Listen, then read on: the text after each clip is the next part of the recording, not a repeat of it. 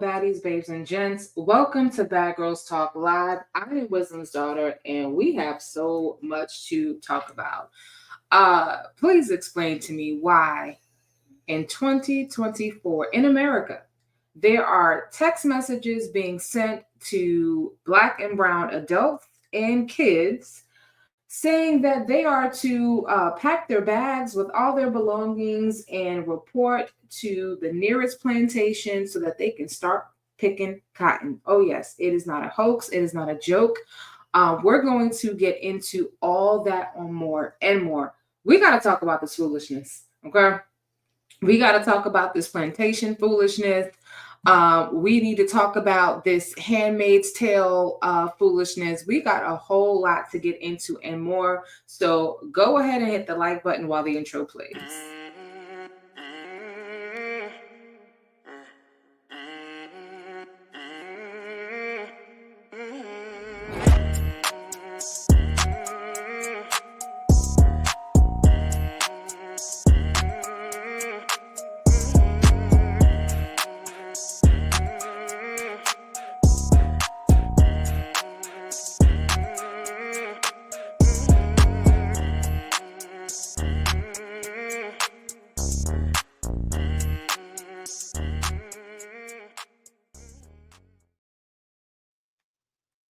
All right, everyone. First of all, before we get into our topics on tonight, let me just thank all of you. We have exceeded 1,000 subscribers, and I could not have done it without all of you. So thank you so much, those of you who are supporting the channel, who are subscribing, who are coming over from Wisdom's Daughter, who've been liking the videos. Appreciate the love and the support. So we're at 1,000, next top 5,000. So thank you guys so much for all the love and all of the support. Let's go ahead now and get right on into it. So guys, it's happening already. All right. Leo Lady 251 said, good evening, Queen WD. They can track everything. Why haven't they tracked the source of the email? Well, actually they have, and I'm going to get into it. Some of you may not have heard about these emails, not emails, it's actually text messages that have been going out. But you know, the new president has not even been installed yet, and the foolishness has already started. And it's not really a topic that I would like to be having in 2024, but it's a conversation that we need to have, because I had to sit down with my Sunday school class and hear their own reactions to some of them receiving these text messages. So for those of you who haven't heard, or if you're not familiar with this story, let me go ahead and catch you guys up. So racist text messages are being sent to residents all over the United States, in Louisiana, in Georgia, in New York, Alabama, California, Ohio, Pennsylvania, and Tennessee. And the text messages are basically telling them that they have been selected to pick cotton at the nearest plantation. Now, what is alarming about these text messages is that for the majority of them, they're addressing the person by name. And so that's what's been kind of frightening about this whole situation. So I'm going to go ahead and see if I can show you guys some of what we have been seeing. So give me 1 second. Let me go ahead and share my screen. And shout out also to June's Poetry in the building. I got Zenso also in the building. So thank you guys for being on. I'm going to be honest with you. I didn't even know if I was going to come live tonight, because this stuff was really disturbing to me. And I had to have a conversation with the kids, because, you know, they're asking questions like, hey, is this real?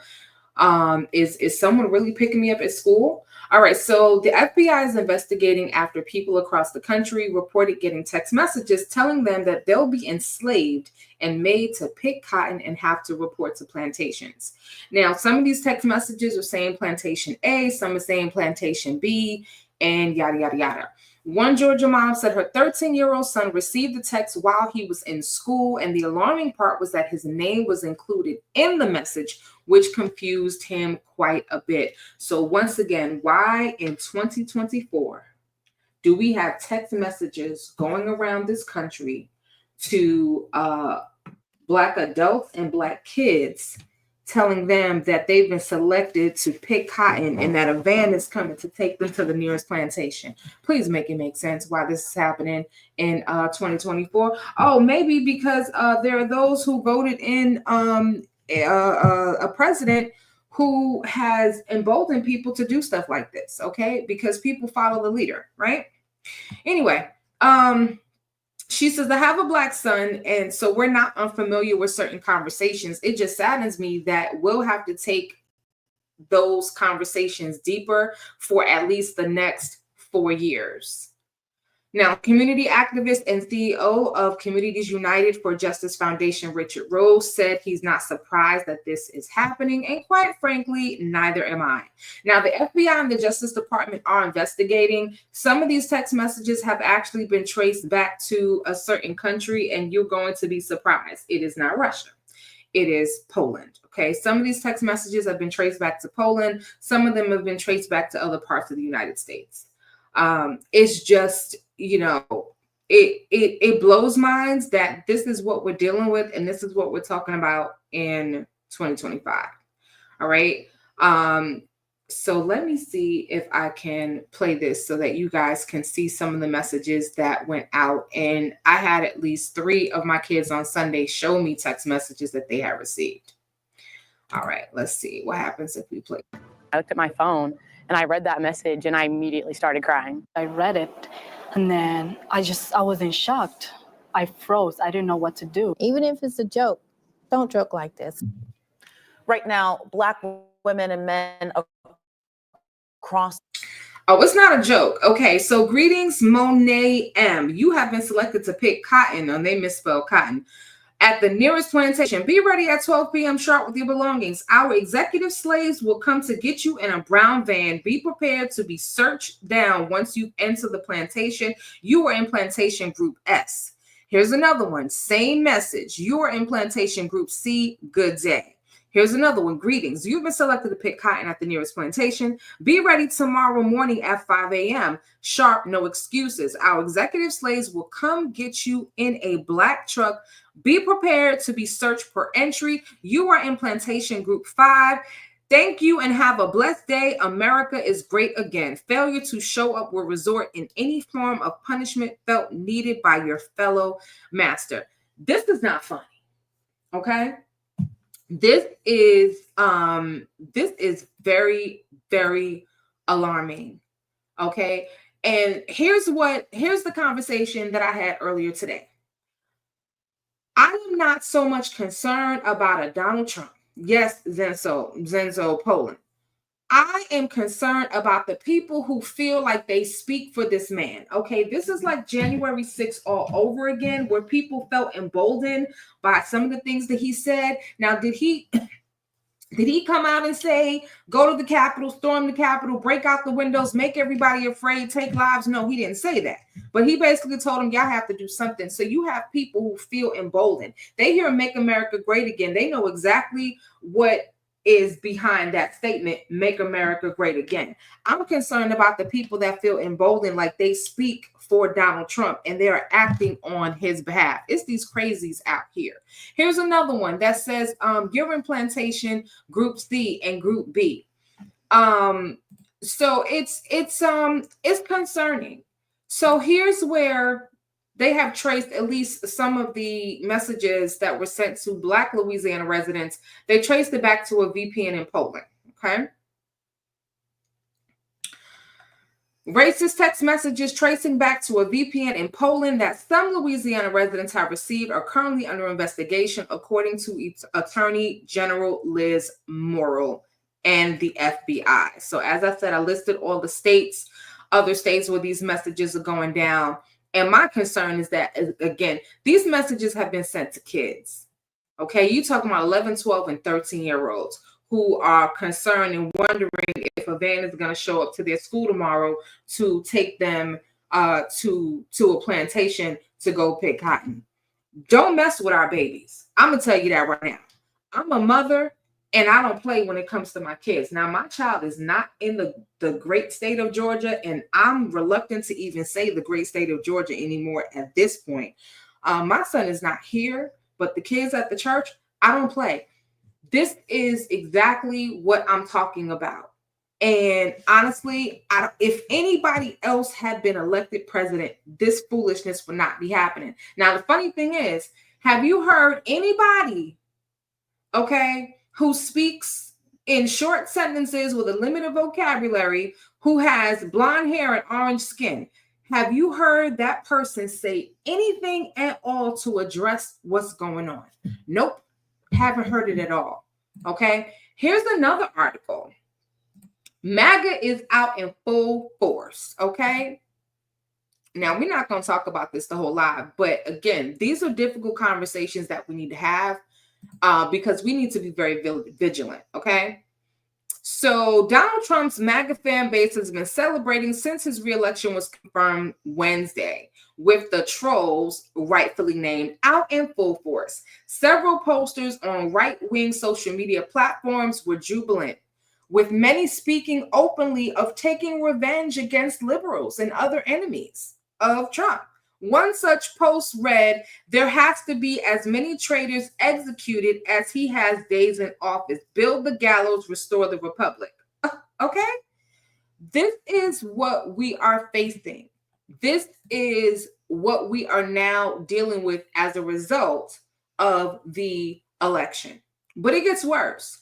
Other posts include references to using military tribunals and executions, as well as armed raids, with one post saying new DOJ must utilize armed raids on Democratic deep state homes, drag their asses out into the street just like they did to our people.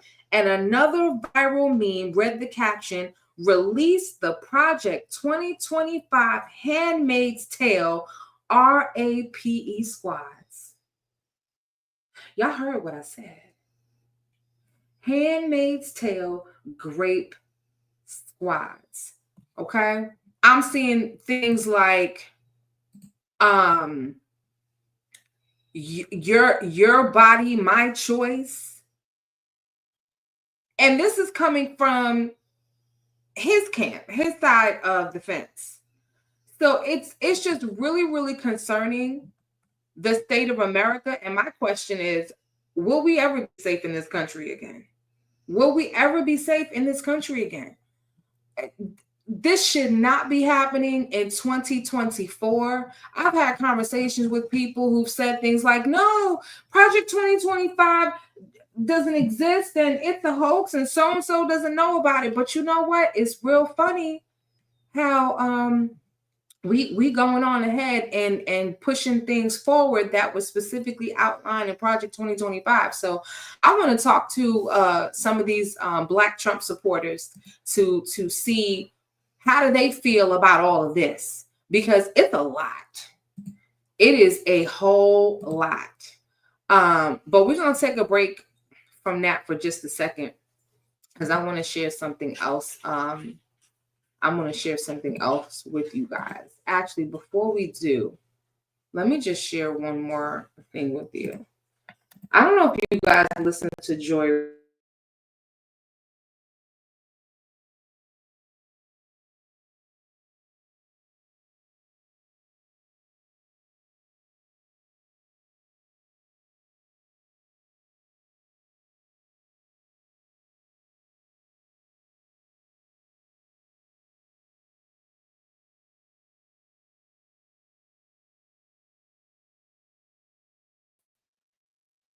Hey guys, I am so sorry. I just clicked out of the entire live.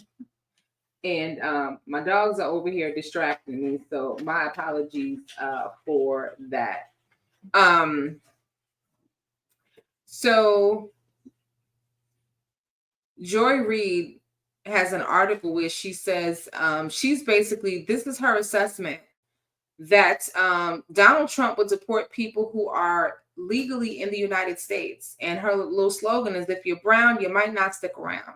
And that's one of the things that they're talking about, that their prediction is that there will be American citizens, those who have green cards and such, who will end up being deported because they are not going to be precise in what they're doing. They're just going to kind of go haphazard and half-cocked. Now, this is really interesting. Let me just share this article with you, because that's what I was supposed to be doing. I was supposed to be sharing this article, and I don't know how I just went out of the entire live. But anyway, so let me share this with you. Joy Reid suggested that President-elect DT could deport American citizens or legal immigrants when he takes office if they are non-white on Friday evening. Reid said Trump's day one vow to carry out the largest deportation operation in the history of the country would inevitably result in people with darker skin pigmentation being expelled. Now, during a conversation about Trump's Tuesday election victory with Ali Velshi, and I like him, he basically stated again, there are some people who are in the country legally who may inevitably be forcefully removed. That's going to come true. There will be American citizens who will end up being deported because they're not going to do this with precision. They're going to do it. That's right. Meat Axe approach. Joy Reid responds with this. The Meat Axe approach will also the Meat Axe approach and also with denaturalization, meaning don't think because you have a green card and came through the right way. If you're brown, you may not stick around. I don't think they care whether you have a green card or not. They're pulling people out and taking people out of this country, whether they like it or not, and whether you voted for them or not. Big surprise. I'm going to do a separate video on this because she has some really great information that's tied to economically the cost. It's going to cost in the double and triple digit billions for them to do this. So much for the economy. Also, Latino men who, despite the utter disrespect shown by Trump and his promise to deport some of your mixed status families, most of them voted with the 55% majority to make the deportations happen. Y'all voted with Stephen Miller and David Duke and against your own sisters who chose Kamala Harris with 60% of their vote. So you own everything that happens to your mixed status families and to your wives, sisters, and abuelas from here on in. Wow. Now, I'm going to show you guys a quick video of one particular family. And I was shocked by what this family actually said. The family was kind of mixed in how they voted. But I just want to share this with you because this is the mindset that we are seeing. And this is why this country is in bad shape. And so I'm going to cue it up because this video is like 5 minutes long. So we're not going to listen to the whole thing. But they're interviewing a Latino family. And ultimately, the father is saying that he voted for Kamala Harris, but he's not concerned that Donald Trump is in office because he feels like Donald Trump is going to help everybody. He's going to help the economy. And the wife is like, well, I'm not concerned about my family members being deported because Trump is going to get rid of all the bad people. That's what they think. All right. So let me go ahead and share. And you guys will tell me in the comments what you think about this. Harris. But today, he's not upset about the results. I'm kind of like more happy than upset. Why? Because Donald Trump is going to help the country with the economy. The whole household is happy. Mireya and their 29-year-old son, Mario Jr., did vote for Trump. Initially, I will say I did not agree with him. And then I started seeing that he was not afraid to speak his mind. And I noticed that he was not scared to say what he felt, regardless of what people would say. And I think I respect that about him. So you liked his kind of brashness, his personality? Yeah, I would say yes. So apparently this young man likes disrespect.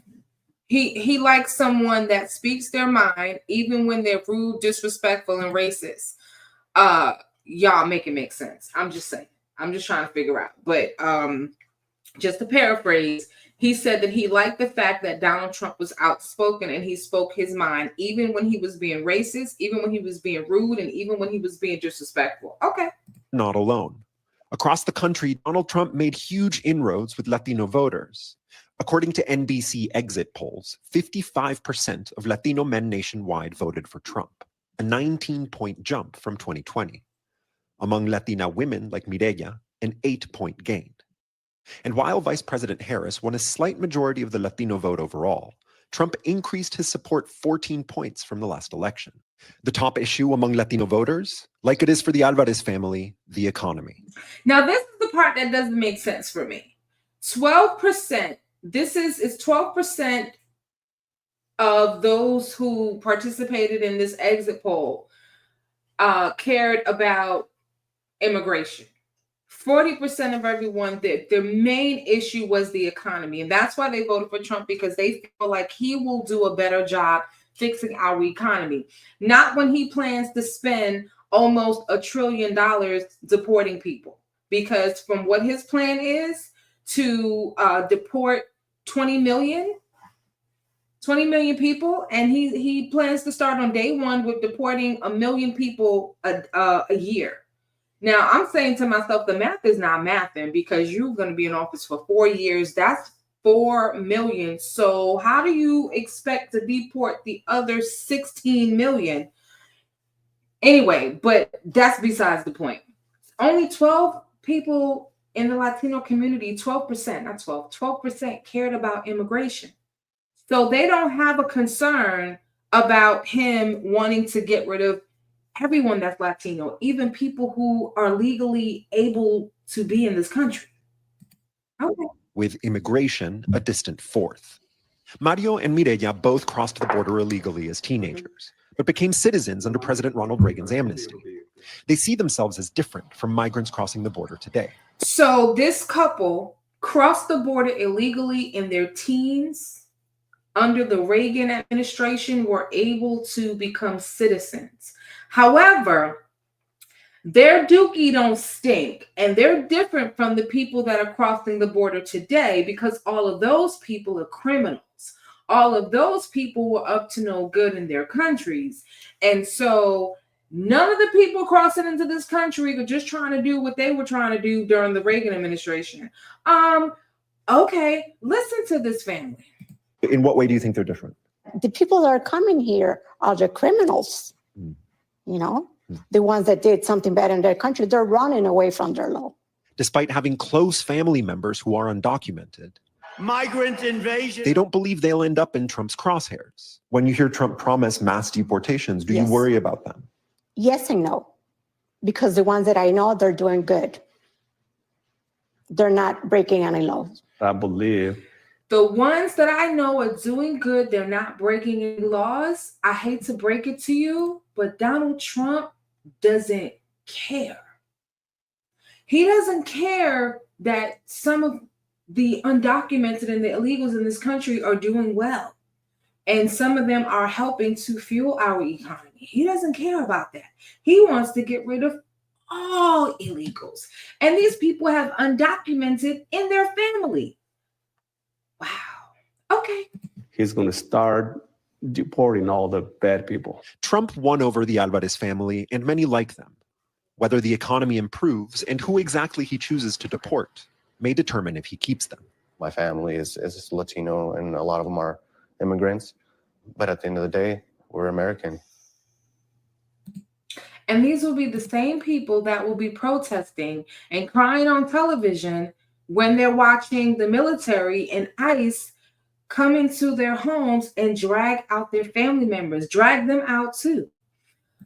June's Poetry said, if your president doesn't address this, it will continue. Those with a strong historical background realize that this may only be the beginning. Baby, this is, listen. This is like the Titanic, and they saw the iceberg, but they're saying to themselves, nah, that can't be. What am I looking at here? Let me just make sure before they sounded the alarm. And then by the time they realized what they were looking at was the real deal, it was already too late and punctured holes in that big, beautiful ship. And then that ship went down to the depths. Mrs. BB is in the building. Good evening, WD and everyone. I am quite disturbed with all of this. Beautiful Bull said, don't make no effing sense. Miss Boogie Down said, WD, don't forget Latinos don't respect women in power. They're okay with the racist if he's a man. It's sad AF. That's the problem. What's going on, Misha? Misha says, so many Latinos want to be Caucasian adjacent. They are in for a rude awakening. And that's the sad part. And it's not just the Latino community, because there's a whole group of Palestinians in Dearborn, Michigan, who voted for Donald Trump, told everybody in their community, don't vote for Kamala Harris, vote for Donald Trump, or don't vote at all. They voted for Donald Trump, and now they are protesting. It's too late. They're protesting because he's talking about reinstating the ban. So the people in their country won't be able to come here. And if they leave to go visit family, they won't be able to come back. And of course, there's the deportation. So, yeah, I, oh my gosh, I don't even know what to say. You know, it's kind of like the I told you so, but there's nothing you can do about it because it's already done. You know, it is, and some of it is cultural. Sassy Experience said, and this is why I'm no longer minding, and this is why I'm no longer minding the business that ain't mine. We care more about immigration than they do, I guess. Now, the challenge is once they get rid of all of the Latinos and any other race and all the illegals and the immigrants that are in this country. Now, my thing is, there are illegal immigrants in this country that look like Donald Trump. I'm just saying. Are they getting rid of those too? I don't know. But once they get rid of all those they want to get rid of, who is next? Are we going to be next? I'm just saying. My question is, what happened to the 20 million voters from 2020? Kamala got 20 million less votes than Biden did in 2020. Trump actually got more votes in 2020 than got this election. I'm going to tell you, although in the Black community, we were like, 80-20. Okay, I think they said it was something like 80% of the Black community voted for Kamala Harris and 20% voted for Donald Trump.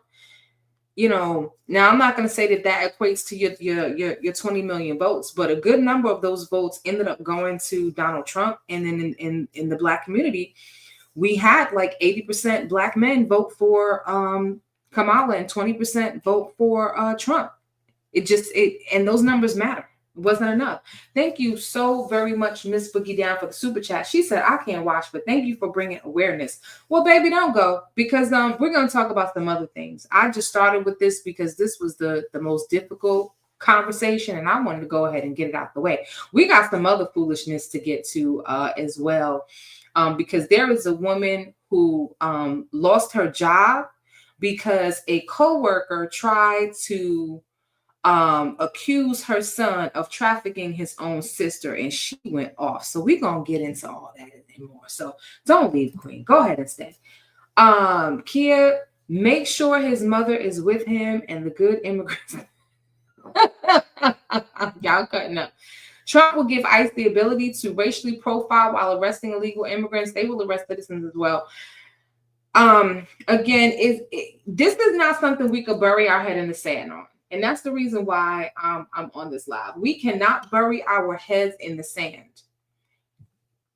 I think I pulled the article down already, but I'm actually currently binge watching Handmaid's Tale on Hulu, and it is so interesting that I'm watching it now while we are where we are currently in the United States, because from what I'm seeing in The Handmaid's Tale and what I'm seeing out there with people, again, these white supremacists and these racists who think they speak for Donald Trump, it's not as far-fetched. And I'm watching it like a show, but it is not feeling like it is fiction. It's feeling more like reality. And it's feeling like it is very possible for us to turn society around. Because I'm going to tell you something. White women are going to experience a very rude awakening. is starting with the loss of reproductive rights, but that's just a start. That is just a start.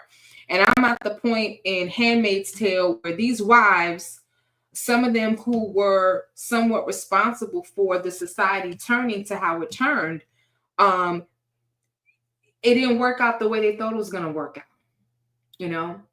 So we're going to take all the fertile women and we're going to kidnap them and we're going to force them to sleep with the rich white man's, with the rich white man, okay? So that the rich white wives can have their own child, like forced surrogacy is what this show is about. And the country is divided. So you have north of Canada where they're like, we're not with this foolishness. And you have the rest of the country where it's kind of like Gilead. They quote scripture and they're trying to justify it with the Bible. And these women get beaten and they're tortured and they're raped and essayed in order to produce babies for these white women. And they're not able to even barely nurse their own babies. And once they've had the child for that family, they move them on and send them over to another district, as what they're calling it. And these wives have no relationship with their husbands. Okay, their husbands are just using this as an opportunity to get freaky with another woman. And it's for the main character, it's not working out the way that she thought. Not working out the way that she thought. So again, rude awakening. But anyway, these are just some of the things that are going on, some of the shocking topics. Kia said, I don't mean to jump ahead of the topic, but I've been reading that Elon Musk's Starlink satellite internet software was hooked up to the voting machines in California. Wow, California and the swing states. I don't know how we can prove it, but I think all of us are wondering about those numbers. I think we're all wondering about those numbers. And that's the only thing that I can say. Why his internet software was hooked up to voting machines in California. California's a big state and the swing states. I don't think this was a fair fight. And what pisses me off is that Donald Trump will cry, it's rigged, it's this, that, and the third. I want to recount. And then the Democrats just fold. We just Texas fold them and don't fight. We just accept defeat and move on. I told you guys what my Project 2025 plan is. And I am actively doing research on where I could potentially relocate to for in terms of cost and feasibility. And I told you guys that I had Turkey on the top of my list, but honestly, I'm really considering the Dominican Republic right now. Really considering the Dominican Republic. And I'll do a separate video and talk to you about YDR. I'll share with you a lot of the research that I've done in YDR. At the end of this video, the husband states, we are Americans. They want to identify with white people and not people of color. I am Mrs. Baby saw that video. She's like, yeah, you didn't show the end, but again, there are a lot of people that are in for a very rude awakening, and unfortunately, by then it's going to be too doggone late, too late. Period. So Donald Trump can call their country a country, their island trash, and they still vote for him anyway. Okay. All right. So let's move on to some other very wild and interesting stories. So let me move on to, this is a really interesting story, and I'm gonna play this, and I want to know your thoughts and how you would have reacted. So let me just give you the background. You have a healthcare worker who's confronting her coworker about how he addressed her son, and of course the coworker tries to deny it. But it says woman loses her job after confronting coworker for asking if her son was trafficking his own sibling. Y'all take a listen to this. Hi, You thought my son was sex trafficking my daughter? No. His sister? Yes, you did. No. You don't ask no questions like that. It's very inappropriate. You told her it's her brother sex trafficking her. That's highly disrespectful. That's very disrespectful to accuse my son of sex trafficking his little sister. What I said. You did. You did. You need to ask questions differently and appropriately. Just because his skin is darker than hers, I was on the phone. It does have to do with it. It does have to do with it. You need to bring it down. No, I'm not bringing shit down. Escort me and arrest me because I don't give a fuck. You don't talk like that to no little girl. Just because their color is different does not mean he's sex trafficking his sister. That's fucked up. And yeah, I can go. I can go. I don't have no problem with that. But that's fucked up. Get this area, let's go. That is pretty fucked up.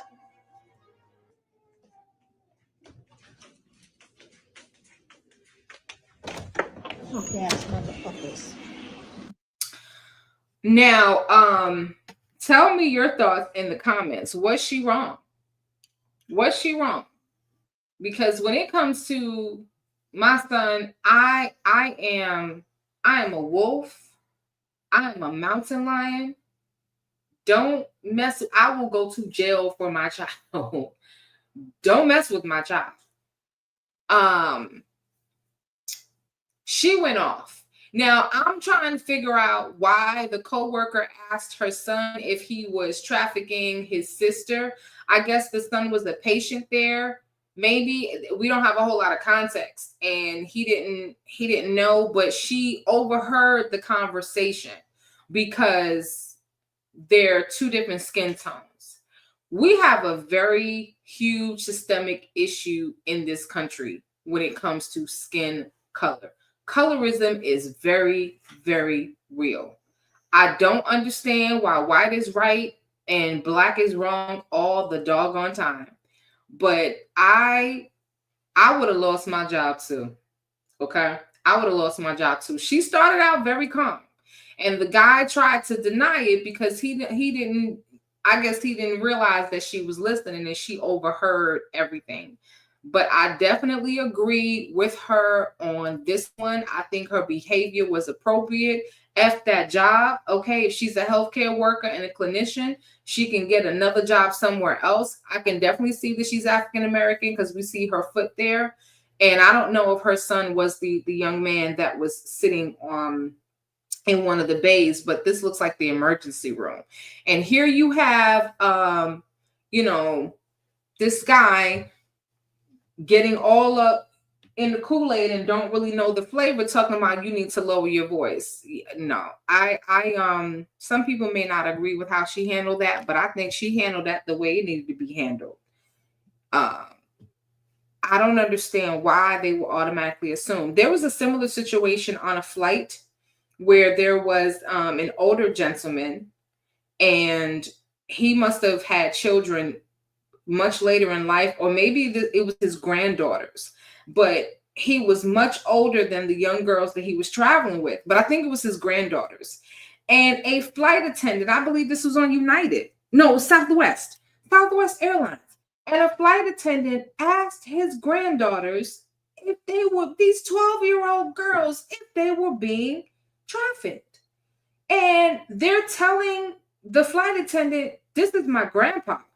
And the flight attendant was still insistent, like she was trying to force these girls to say that they were being trafficked, because apparently Southwest has a new training program where staff are trained to approach passengers if they suspect something is going on. Now, apparently, emotional intelligence is not something that very many people possess. Because when a child is being trafficked, typically you can tell by their body language. They look uncomfortable. They're fidgety. They may not be clean. They might be wearing a lot of makeup. They might look like they just got a bad haircut. They may keep their eyes to the floor and not look at you. They tend not to be too spoken, more introverted. And that's not to say that you can't just have a young girl that's introverted, but typically there are there are some kind of signs. I don't know what type of training these people are getting, but this is becoming a major, major issue. What's going on, Nestle Shackle Shuffle Walk of Shame? This woman basically said F that job because she got upset because her coworker is questioning her son, and apparently the coworker didn't know that those were her kids while they were in the emergency room, and asking the older brother if he was trafficking his sister. I'm trying to figure out what is going on. Let me get to y'all comments. All right, y'all still talking about Trump. Trump got the popular vote and the numbers don't make sense. I know Kamala won. We also won the Senate. And Kia said, I read that on a Twitter feed tonight. According to Twitter, Donald Trump could not keep it to himself. That Musk told him that he didn't have to worry about the numbers. I don't know. And Kristen Vasquez is in the building, says, hello, beautiful people. I didn't trust those numbers. It just didn't sound right. The whole election, as the numbers are coming in, they're coming in for Trump. They're coming in for Trump. They're coming in for Trump, and they're not coming in for Kamala Harris. So we know that there's an issue there. I just hope that they are able to find it and fix it before January, whatever the date is that Donald Trump is set to take office. All right, so moving on to the next incredible story. Not incredible for a good reason. Incredible because it's just unbelievable. Parents unalive each other while an 11-year-old plays video games in the next room. This is an interesting story, y'all. Y'all have to hear this. I mean, again, we're talking about the foolishness because the tomfoolery is real. And this is why I have an issue when it comes to dating people and being in relationships with people that have a long rap sheet.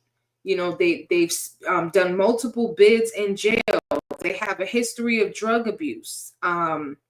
They have a history of violence, of DV, and assault and things like that. In a horrifying turn of events, a Washington state couple unalived each other via stabs and gunshots on October 31st, no less. In a nearby room, their 11-year-old son was playing video games while wearing earbuds. Now, it was Halloween. He wasn't out trick-or-treating and getting candy. What's going on in this household? He was in shock when he discovered his parents' bodies as he left the room. The tragic deaths took place in a house in Olympia Way, Longview, Washington. Police were alerted of a shooting at the residence at 6:05 p.m. Yeah, that little boy should have been trick-or-treating. When they arrived, they found the bodies of two adults who were later identified as Juan Antonio Alvarado Sáenz and Cecilia Robles Ochoa.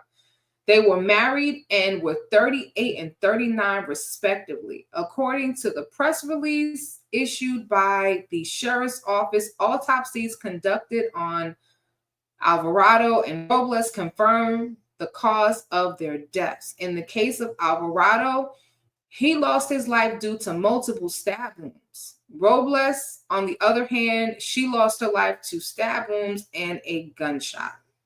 After obtaining a search warrant for the residence, police retrieved a knife and a gun at the crime scene. The latter was stolen from Alvarado's employer and was not reported stolen until after they unalived each other. Police learned via interviews that Alvarado and Robles had relationship issues and intended to separate. Further investigation and forensic analysis determined that the couple were assaulting each other. What kind of foolishness? Authorities were unable to identify a primary aggressor. There's no evidence of any third party involved in the case. Investigation at the scene and the autopsy results indicate that both subjects were assaulting each other, but investigators were unable to determine who was the main one. So this 11-year-old boy left his room because he was in his room playing video games. He had earbuds in, so he didn't hear anything.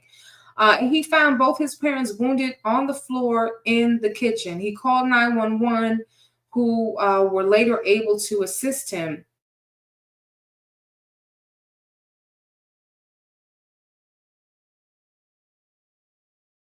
At the scene due to the gravity of their wounds. So once again, what's going on? This is a young couple. They're not quite 40 yet. They haven't reached the 40-40 club. So I consider that a young couple. They're in their late 30s. They intended to separate and they got into an argument. All right. Now, the petty in me wants to ask, well, did they get into an argument about who they were each voting for? Who knows? Probably had something to do with cheating. Because that's the only thing that I can think of that would cause you to pull out a knife and I'm stabbing you and you're stabbing me. I don't understand this culture today, but all I'm going to tell you is be careful who you get into a relationship with. And if you're planning to separate with someone, there is a benefit in leaving quietly sometimes. You don't even have to let the person know, well, I'm leaving you. No, baby, you don't have to tell them you're going to leave. Just leave. You don't have to say anything. You don't have to let them know that you're going to leave. Just quietly start packing up your stuff little by little by little. All right. And then when it's time to go, wait until cook them a good meal. Get them good and sleepy. And then you can just make your exit. That is why my mom told me that the woman who raised her always told her never have more kids than you can afford. Now, I don't know if she's scared my mama into only having one because I am an only child. I have a brother from my dad. And I have a stepsister and stepbrother who really are my brothers and sisters. We don't use step. But biologically, I am my mother's only child. And my mother was told, don't have more children than you can afford to take care of. Because just in case something happens and you got to cut and run. So, yes. All right. Nesto Shuffle Walk of Shame said that message was probably put out by someone of color because I saw a message on my Facebook timeline that was sarcastically asking which shift we wanted in the cotton field. Nestos. In some states, these messages were traced back to a VPN in Poland. They've also traced it back to other areas of the United States through a certain cell phone carrier that is not well known to me. But it's not a hoax in the sense that it is a hoax because we know that nobody is running anybody to any plantations. Okay, those days are over. But I believe that these messages originated from somewhere, and then with the potential of people reposting these messages and sending them to people that they knew, because in some of these messages it just says greetings, and then in other messages is being addressed to certain people. Let me tell you what I share with the kids of the church. My advice to them was, number one, don't be scared. Don't be scared of anybody. Don't operate in fear, but be smart. And I told them, do not discuss your political views at school because you do not know what is happening in the households of some of these kids, okay? And you don't know who their parents are, what their parents believe, and what their parents talk about and do in their household. And what you don't want is to be talking about your political views, and then one of these kids who are from one of these families who feel that they speak for and act on, Donald Trump's wishes to do you harm. So just don't have those conversations in school. Keep your personal political views to yourself. I said, if y'all want to talk about politics and all those things, we can do that right here in our in our student ministry class, because it's a safe space, right? I do Bible study with them, but that's not the only thing that we do. It's a safe space for me to talk to them about what's really going on and real conversations with them, because these kids are 11, 12, 13, and 14 years old, and they're right at that age, right before high school. And we do real talk. So I am Mrs. BB. Thank you so much for the super sticker, Queen. I appreciate you, and may your gift return back to you tenfold. Don't forget to hit the like button if you haven't already done so. Hit the like button like you mean it. All right. And of course, welcome all new subscribers to the chat. This was so Nestle said this was one of my Facebook acquaintances. Wow. And see, that's what I think is happening. I think that there are people that are being petty, and people are reposting these messages or retyping these messages and sending them to people, further spreading what I am calling domestic terrorism. These are terroristic messages, and I had to make sure these kids understand what a terrorist is. I guess I watch too many true crime stories because I'm shocked that the 11-year-old didn't get hemmed up. This 11-year-old was in his room playing video games, and that's probably what saved his life. Okay. When I was a kid, I think I was about 5 or 6 years old. I don't remember exactly how old I was, but I know I was small. My parents got into one big fight. My biological mom, biological dad. I have to differentiate because my stepdad is still currently living, and I call him Pop, and that is my dad. But just to, for context. And both of my parents are military. Both have very strong personalities. One is a Pisces, one is a Taurus. And so they got into a really bad fight over me, actually, because I had eaten something that my mom told me not to eat. I think it was probably candy. And she says, don't do it. You're going to get a stomach ache. But me, being little and hard-headed, I proceeded to do what I wanted to do. And naturally, I got a stomach ache. My mom was on the phone. It was one of those phones. It wasn't the rotary phone. It was the phone with the buttons. And it was the long telephone wire that was long enough so you can get to each room because, we didn't have wireless phones back then. But you had like the 50-foot telephone cord that would get all curly and coiled up so you could go from room to room to room, right? And so my dad comes home. He has no context of the situation. All he sees is me yanking on my mama's robe, talking about my stomach hurt, mommy, my stomach hurt. And she's on the phone, and he interprets that as I'm being ignored. Now, I am daddy, or my father's passed away, but always daddy's girl, okay? You didn't mess with me, okay, when it came to my dad. And so my dad got pissed off. I don't know what happened and what he encountered. I don't know if he had just come from the bar. I don't know if he had a hard day at work. But that was like the straw that broke the camel's back. Am I saying that right? And my parents got into it. I don't know who was winning. I don't know if mama was winning or daddy was winning. I'm not sure. But I mean, they went to blows. Okay. They started in the kitchen, down the hallway. They ended up in the bathroom at one point, and I'm hollering and screaming for them to stop. I'm banging pots and pans together and whatnot. And I'm bringing this up because I could not stop them from fighting. I'm hollering and screaming, telling them to stop fighting, stop fighting. I'm banging pots and pans together, trying to make a lot of noise to try to distract them. It's not working. Now, the worst thing I could have done was try to come in between them because I really could have got hurt, right? And sometimes you'll have little kids who will do that. They will try to intervene. And then, in the heat of the moment, rage and anger and whatnot, you'll have adults that do things like pick up a child and throw them across the room, situations like that. Well, I was smart enough not to get in between. I was very little. I was tiny when I was a kid. My nickname was Birdie. I was like skin and bones. I was just an itty bitty thing. And I ended up calling the neighbor. I didn't call 911 because, I even then in the 80s, I knew enough that, Black folk, you don't call the police to your house. I called the neighbors and told them what was going on. And it was very frightening for me. And it was very traumatizing. And to this day, I don't like arguments. If we have a disagreement, let's talk it out. But once you get to hollering and screaming, I shut down. So this kid, the best thing he could have done was stayed in his room because who knows what would have happened. He's 11 years old. His instinct probably would have been to protect his mama, and he might have attempted to try to come between them. He could have been shot. He could have been stabbed. So I know it's not funny, but it's the way you're telling the story. No, it's okay. It's all right. I mean, it's it's one of those things that I can laugh about now. I mean, of course, as a kid, I was really frightened, but I have to give you all those little details. You know what I'm saying?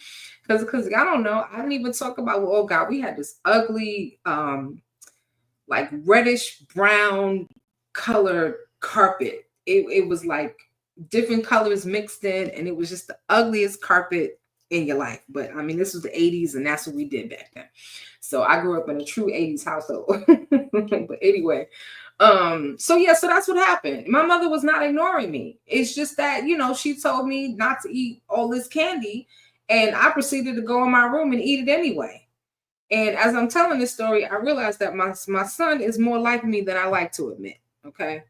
Because before my son left, I went up to his room and looked under the bed to make sure he didn't forget anything. And baby, there was all type of candy wrappers, Doritos bags, He had the Chester's hot fries bags and a cup, and I'm like, what is all of this underneath the bed? It's only by a miracle that we didn't get ants up there. But anyway, that's another story for another time.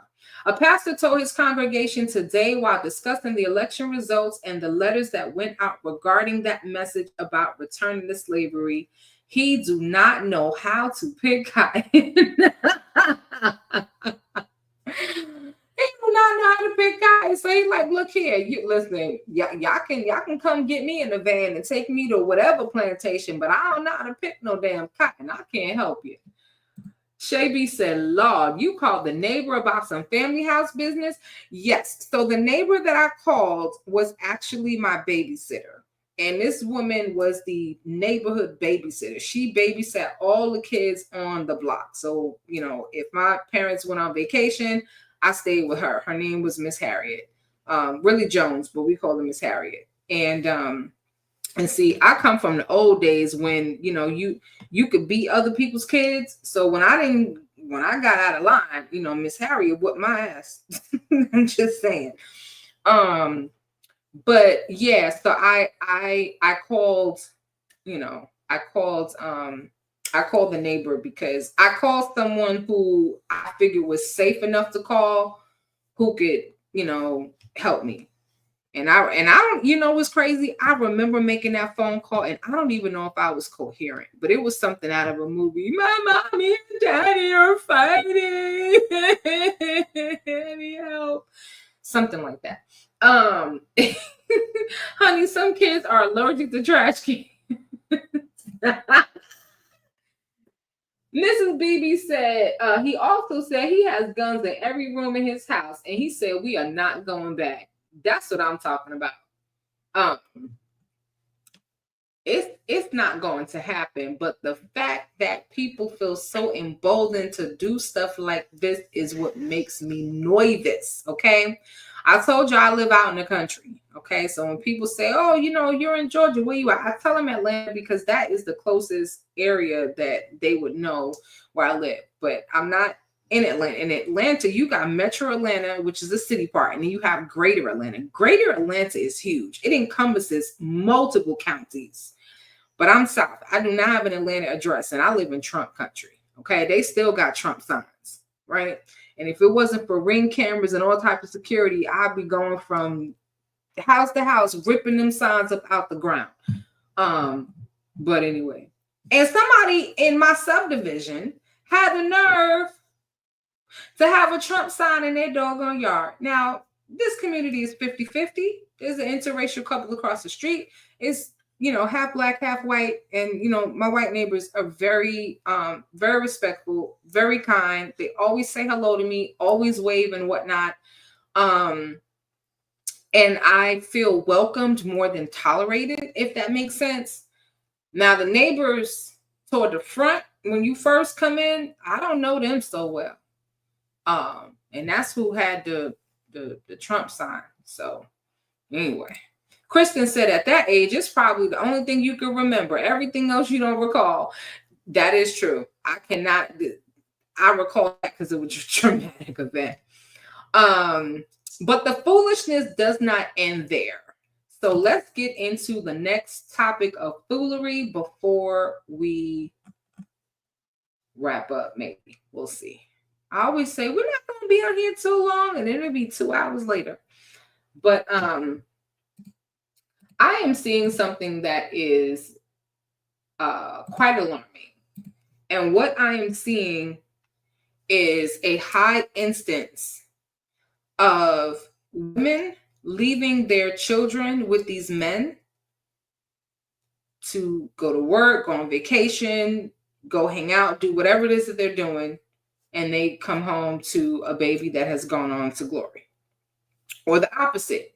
These men that allow their girlfriends or fiancés or current wives to mind their children and allow this person to beat their kids and beat them into oblivion.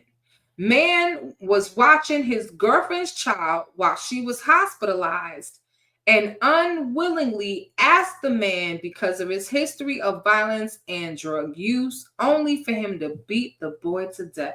Look at this beautiful baby. This baby looked like my Cabbage Patch. This is really, really sad.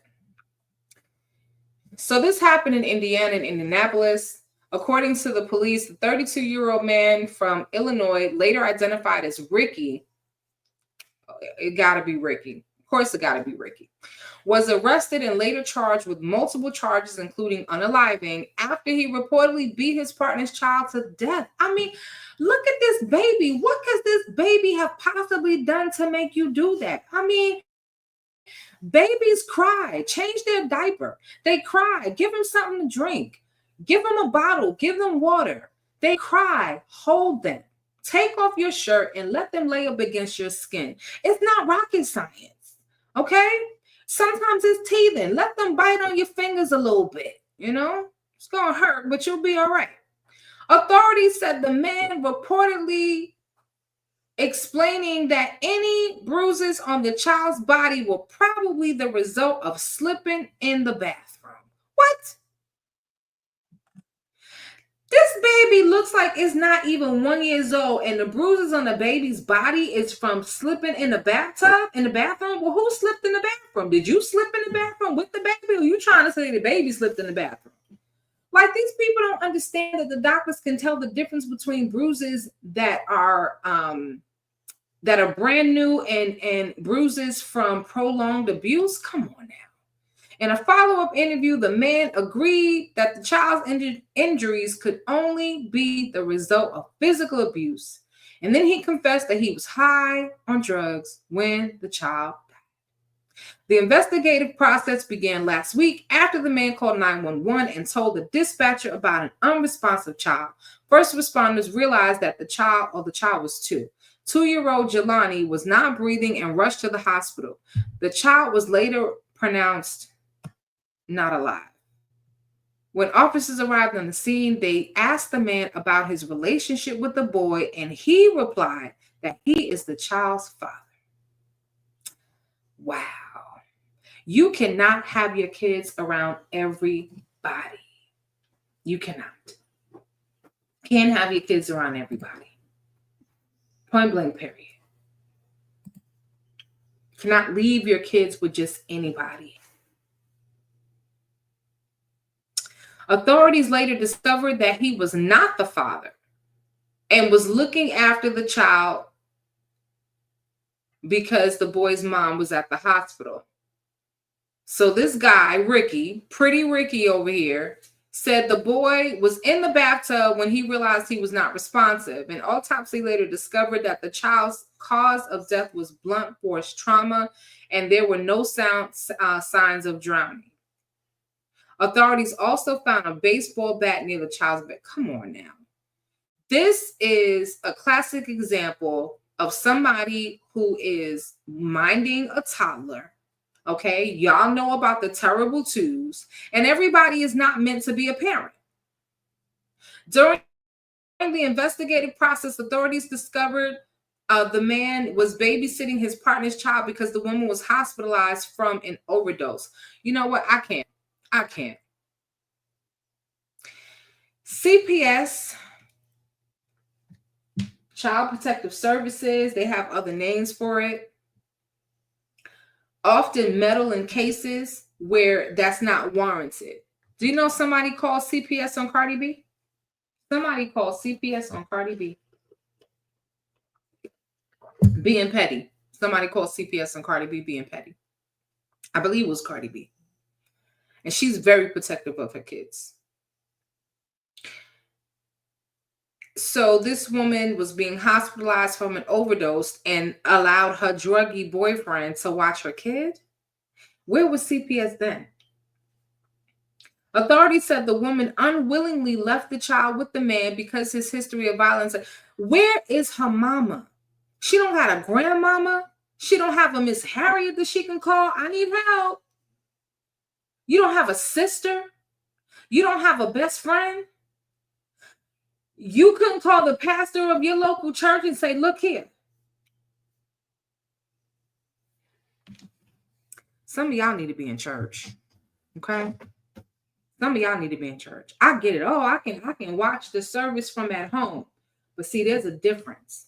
Because let me tell you what happens when you don't have a church. You pass away, and now your family has to take you to a funeral home, and you can't even have your going home service in a church because you weren't affiliated with one. You don't have a church family to back you when you're going through something, to raise money for you when you have a situation, to watch your child when you hospitalized, to help get you the care that you need and the resources you need because you got a drug problem. This man even called the woman to get her child because he has something to do. When authorities asked the man about the child's injuries, he reportedly replied that he doesn't hit kids, explaining that any bruises on the child's body were the result of slipping in the bathroom. And again, he admitted to what he did in a follow-up interview. This is really, really sad. And I mean, I'm seeing articles like this every single day coming across my feed. Here's another one right on the doggone screen. Look here to the right. Baby who was critically injured after mom's partner threw the child in the air only to drop him on his head before squeezing him tightly until the infant stopped crying, was discharged from the hospital and is recovering with his parent. What?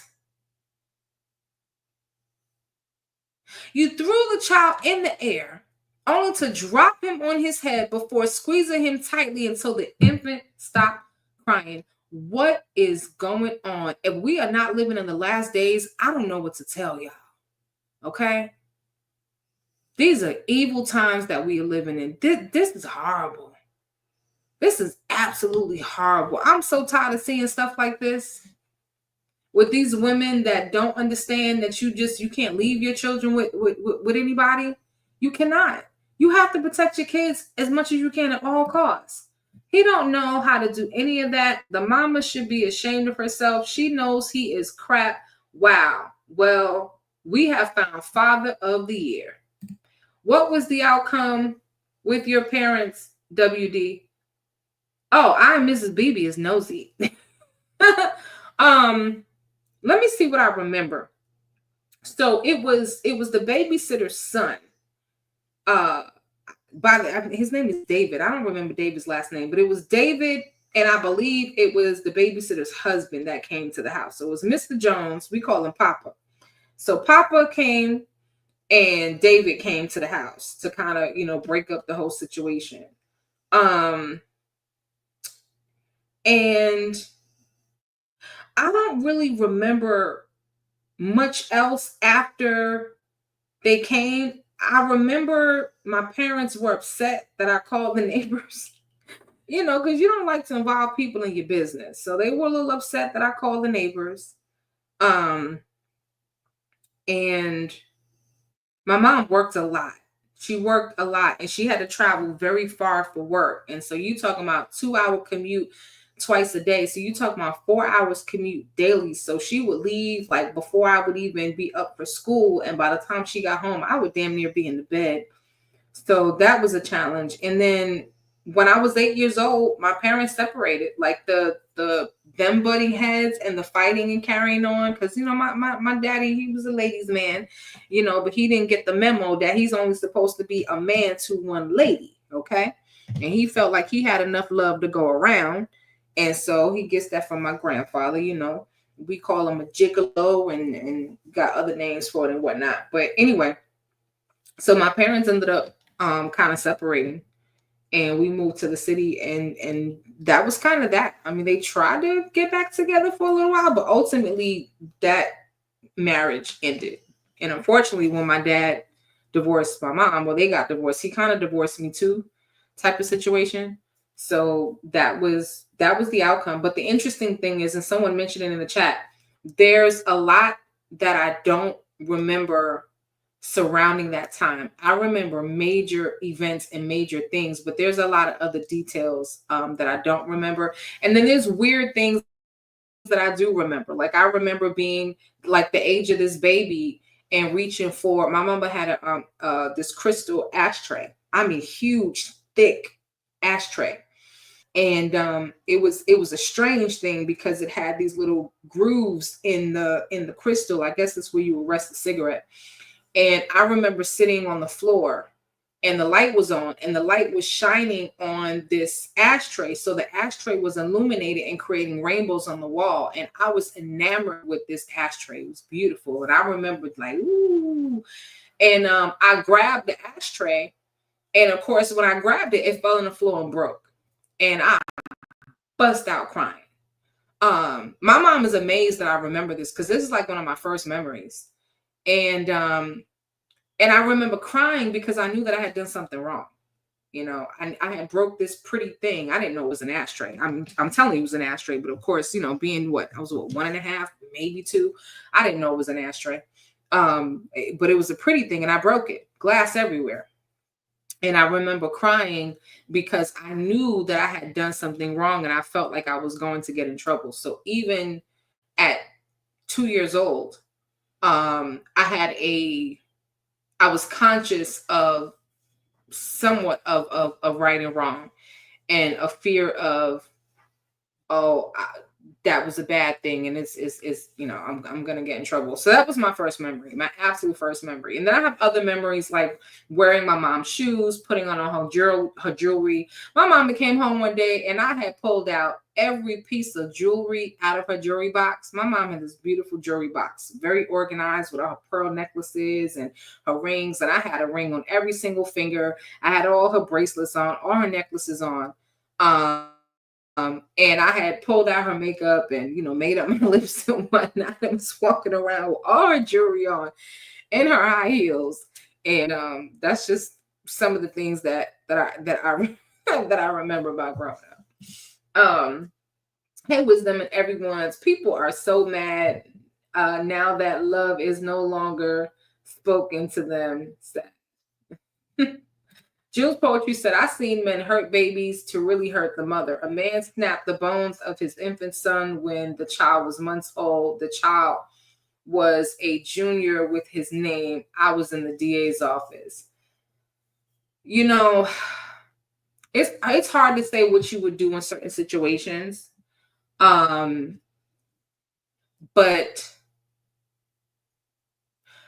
he probably wouldn't have woke up the next day. Now, I'm not saying I did it. I'm just saying he might not have woke up the next day. Just saying. Or if he woke up the next day, he might have found himself quite rearranged. And I'm going to let your imagination do the rest. My first marriage, my son's father had a bad temper. Latino, bad temper. Very loving person, like a bear. When I tell you, when that man would hug me, I swear it was like the greatest. Just a hug was the greatest feeling in the world. But he had some anger management issues.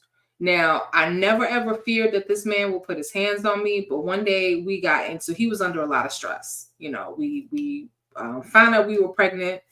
We ended up getting married before, you know, my son was born. He was adamant that's what he wanted. And so now he's dealing with a baby that he didn't plan for, trying to be a husband, and life not lifing for him, right? Things not working out the way that he wanted.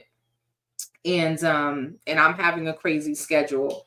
And we were at odds in terms of parenting, right? My son started teething very, very early. Very early. I think he was like 2 months when his first tooth was coming in. So we argued about that. Why is he crying so much? My son was not a crying baby. Never cried for nothing. The only time he cried was when he wasn't feeling well and that period of when he was teething. But we argued about that. We argued over the kind of feeding because he wanted to give an infant cereal. And I'm like, he's 3 months old. You don't give a 3-month-old baby milk with cereal in it. When we say cereal, we're talking about like a cream of wheat or oatmeal and stuff like that. My son has gastrointestinal issues now because of his father giving him cereal before his body was ready for it, even though I asked him not to do that. He was doing it behind my back anyway, because he felt like his mom was the authority on babies because she took in a lot of foster kids. So we were at odds. But one day, I don't even know what we were arguing about. Trying to remember. Let me see. I had a dream that our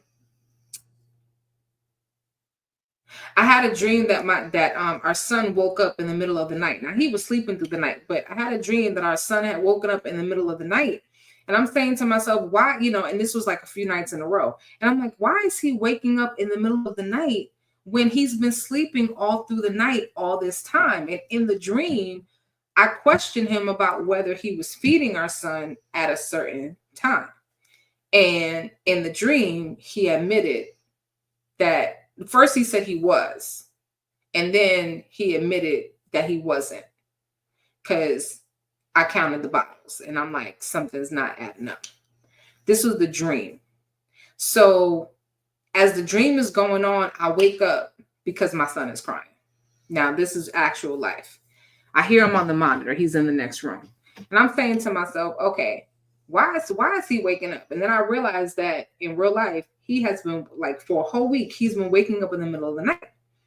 And so, I go to his dad and I'm like, listen, I got to ask you a question. I don't want you to get upset, but I just need you to tell me the truth. I said, I'm asking you because I just had a dream about this. I said, what time are you feeding him last? Are you giving him his last feeding? And he told me, yeah. And I said, okay, that's weird, because the bottles that I prepared for you to give him are still in the refrigerator.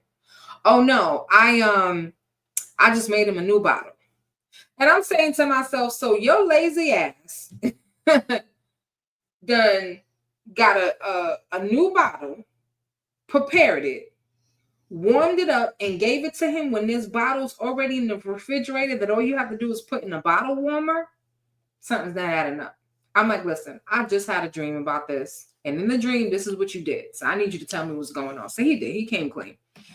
And what he said to me was, of course, he got upset and we argued about it. But he was not waking our son up to feed him. So he would let our son sleep all day and wasn't feeding him. And his argument was, well, is he losing weight? Does he look sick to you? Does he look malnourished? Because I went back to work and he stayed at home and he was taking care of our son during the day. And babies sleep. You have to wake them up, and he wasn't giving our son that last 9 o'clock or 10 o'clock feeding. And so our son wasn't sleeping through the night. And I got upset because he lied. Why are you telling me that you're feeding our son when if I prepare 6 bottles for the day, why are there 3 bottles left over and it's midnight? That means that you done missed. I'm just giving an example. So one day we have an argument about something. He has my son in his arms and it's getting heated and he's getting loud. He's getting real loud. Now he's short. Okay. And I don't mean short for a guy. He's just short, period. But he's a big guy. Make you feel like he's 6 foot tall. And he's getting loud and he's getting angry. And I'm starting to read the room and get them cues. And then I'm trying to get my son from out of his arms because he's starting to get upset and he's moving kind of fast and my son is being moved around like a rag doll type situation. So I'm trying to keep him calm to get my son out of his arms. And so I managed to do that. And as soon as I get my son, I'm thinking, whew, I can breathe. My blood pressure can go down. No, it escalated. And he actually punched the wall right by my head. I mean, just inches away from my temple. I said, okay. And it was sheetrock. Okay. Because if we were in the city, like the Bronx, them walls of cement, they don't play. But I'm saying Manhattan, but we were in a house in the Bronx of sheetrock. And after that incident, I started working on my exit strategy. Little by little, I started packing up stuff and I would take it with me to work and drop it off at my mama's place in the city. And then eventually I was like, I'm going to stay with my mom. And I just said it just like that. And I left. And I didn't tell him how long I was leaving or when I was coming back, because I was not going to end up a statistic. Okay. This wasn't a situation where we're going to go to marriage counseling. We're going to work it out. You swinging my son around like he's Raggedy damn Ann or Andy. And then when you give my son to me, and that took some coaxing, you punch the wall by my head? No, baby. That's what we're not going to do. Ladies, trust your motherly instinct no matter how you feel about a man. That's absolutely right. Were you a latchkey kid? I guess you could say so. Yeah, I guess you could say that I was. Yeah, you could definitely say that I was. Maybe not when we were in Long Island, but once we moved to the city, yeah, definitely. Because my mom worked a lot and she was also getting a degree.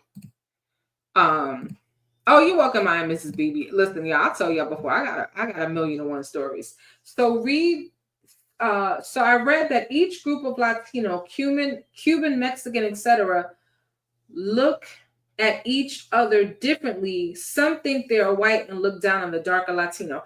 Absolutely. Just like within the Black community, you have Caribbean people, Jamaican people, and a lot of people from various parts of the Caribbean, Antigua, Jamaica, Barbados, and so forth, don't consider themselves African.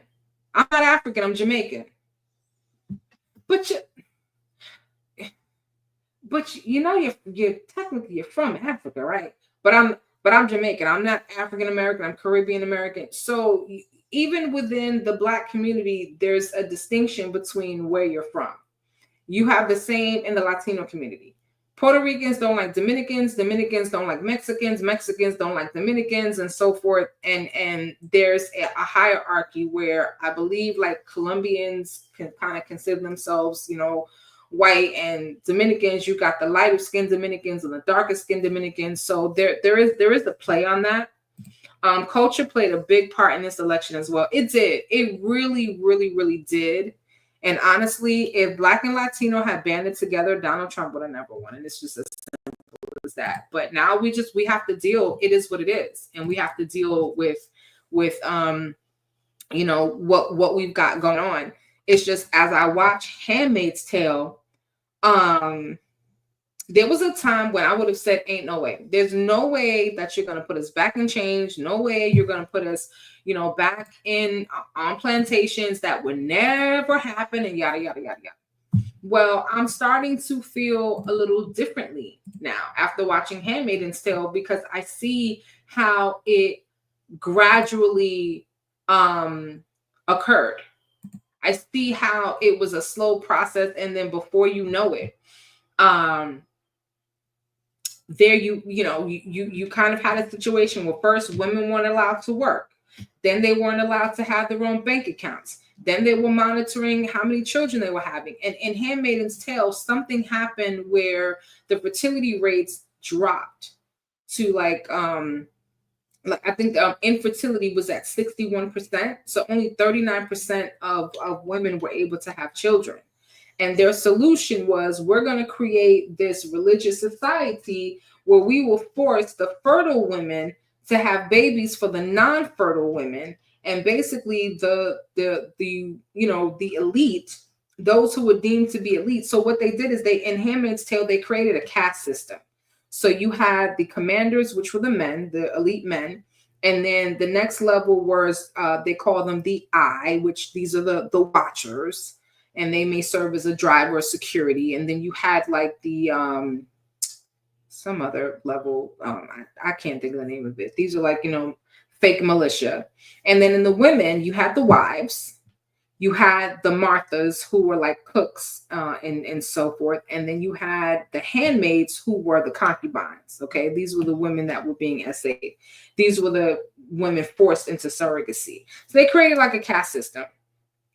And the whole society for the commanders and their wives was built on them kidnapping fertile women, putting them into these camps. Again, these women, they were beaten, and if they disobeyed, they would lose a finger, they might lose a hand, they might lose an eye. And it's weird because whenever you have these weird religious cults, it always comes down to something sexual.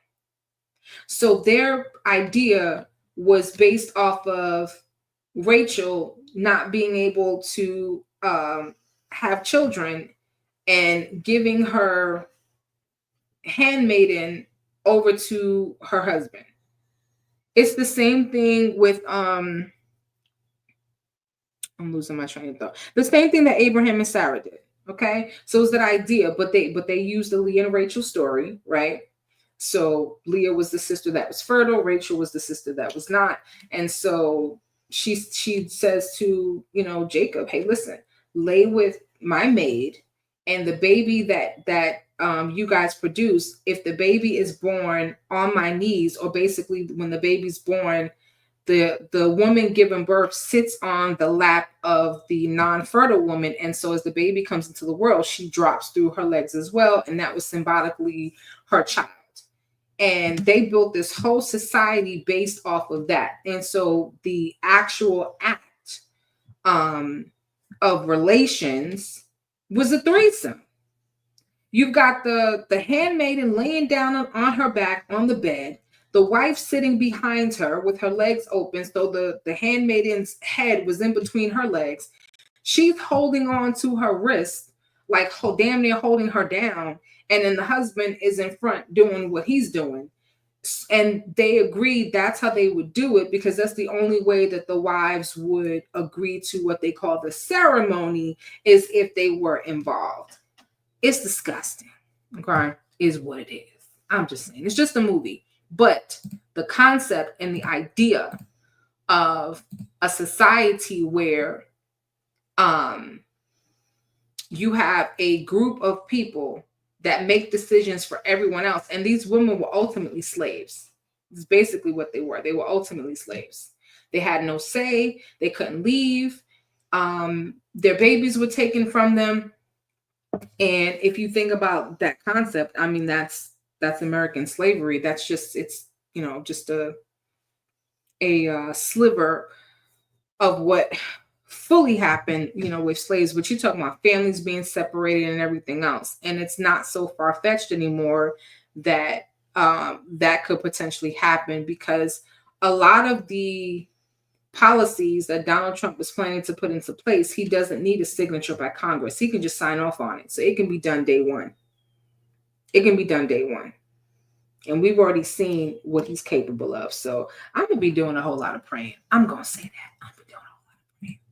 Also, pigmentation mentality. I am from New Orleans. Had a great time there last month, but I realized I will be the racism if I live there. I will be subject to racism if I live there daily. And Zenso said, I think they made a law which women couldn't work. They lost their jobs. Exactly. That's what happened to Handmaid's Tale. So if you have Hulu, take a look at Handmaid's Tale. It's interesting because one of my subscribers, and it might have been I Am Mrs. BB, but somebody was telling me several times, oh, you think that's bad? Watch Handmaid's Tale. Well, I finally started to sit down and watch it, and baby, I said, oh my goodness. Oh my goodness. But the problem is, we have to stop saying what will never happen. Okay. We never thought Hurricane Sandy would happen. We never thought a Hurricane Katrina would happen. We never thought a 9/11 would happen. All right. We never thought that we would have celebrity homes going up in smoke in California with fires burning for months and months and months. We have to stop saying what's never going to happen. Okay. Got to stop saying what's never going to happen, because the right people with the wrong mindset can wreak a lot of havoc. I'll just say that. I'll just say that they can wreak a lot of havoc. I am curious to know what some of my guy friends who are Trump supporters think now, especially when Donald Trump is saying that he wants to impose potentially a 25% tariff on Mexico if they don't stop sending illegals to this country. or he wants to impose a 60%, 40 and 50 and 60% tariff on Chinese goods. That would cause everything to go up. And see, the thing is, Donald Trump and his billionaire friends can afford it. We can't. I'm curious to know what they think about Donald Trump wanting to dismantle the Department of Education. All of this is in Project 2025. So when I'm being told by these people that Donald Trump didn't know about it, he didn't write it, I'm like, are you like, what planet are you on? I'm also reading that Donald Trump wants to undo everything the Biden administration put into place to protect our environment. So, you know, Donald Trump thinks that if he imposes these high tariffs, it will force companies to produce cars, for example, in this country. It will force, you know, he wants to drill for oil in this country. And just because you can run a department store in a mall doesn't mean you can run the whole dang mall, okay? Just because you can run a couple businesses and nonprofits doesn't mean you can handle the business of this country. And see, a lot of people made the mistake of thinking because Donald Trump is a businessman, he's not a good one, okay? He had to run to his daddy for help and to help him with bankruptcy and give him some extra money so many times. But just because he's a businessman doesn't mean he can be president of the United States. You know, that's the part. And you know what's interesting really quickly? I read that pretty much everybody that voted for Donald Trump are people of low education status. And people, so basically the majority of people who are uneducated, meaning that they probably stopped their education somewhere in high school if they graduated at all, but they don't have no college degree, voted for Donald Trump. So all this, please don't take offense to what I'm going to say, but I'm going to say it. All the stupid people voted for Donald Trump, and all the educated people voted for Kamala Harris. That's telling. That is very, very telling. And I'm not saying that there are no people with degrees that voted for Kamala Harris. I'm just generalizing. But when they looked at it, a lot of the large uneducated or low educated population identified with Donald Trump, of course, because the man can't speak. He can't rub two sentences together. He wants to undo, I wish I had it in front of me, but all the clean air and clean energy stuff, he just wants to do away with all of that. And let's go back to fossil fuels and all the monies that were being put into programs to develop wind energy and water energy, which is basically clean air, because he doesn't believe in global warming, pulling all of that funding. So that's the foolishness that's going on. That's where we're at. Felon 45 said he loves the uneducated. Felon 45, that's funny. Oh my goodness. So yeah. I started to say we have work to do, but honestly, I don't even know what we can do at this point because it's already done, other than just be aware, be vigilant, pay attention, and be prepared to make that move if it comes down to it. Because my prediction is that there's going to be a mass exodus from the United States come, 2025 or some point in the next 4 years. They're going to see a serious decline. I'll tell you one last story. So my home church back in New York was the type of church where the pastor, very loving, very, very loving. So when you walked into the church, you had, for the first time, there was this overwhelming feeling of love and acceptance and warmth, right? But when you came back, you didn't have a repeat of that experience. You started noticing things that you didn't see before, like the nasty ushers on the door, or the deacons who's looking down their nose at you and raising their voice at you for not referring to them as deacon so and so. I'm just giving you some examples. The mother of the church looking at you crazy because you sitting in her seat. This is the mother section. You can't sit here.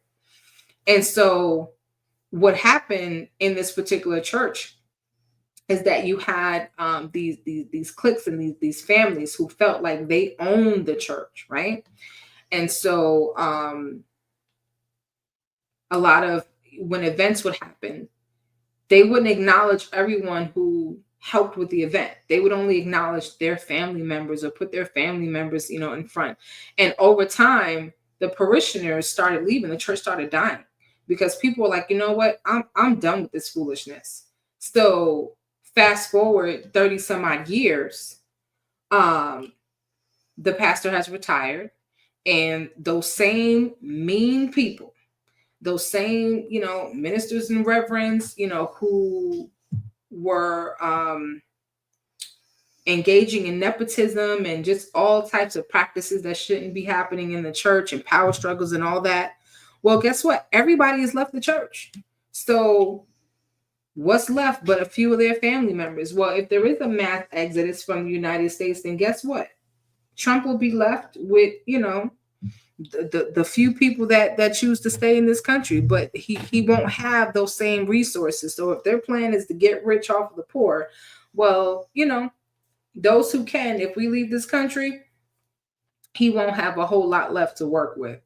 So that's where we stand, and we just have to keep watching and paying attention and seeing what's going on. But what I am going to tell you is the enemy is crafty. This is not going to be something that's boom, today is orange and tomorrow, is purple. This is going to be a slow progression because it started with them undoing Roe versus Wade, right? So now women cannot choose what to do with their bodies.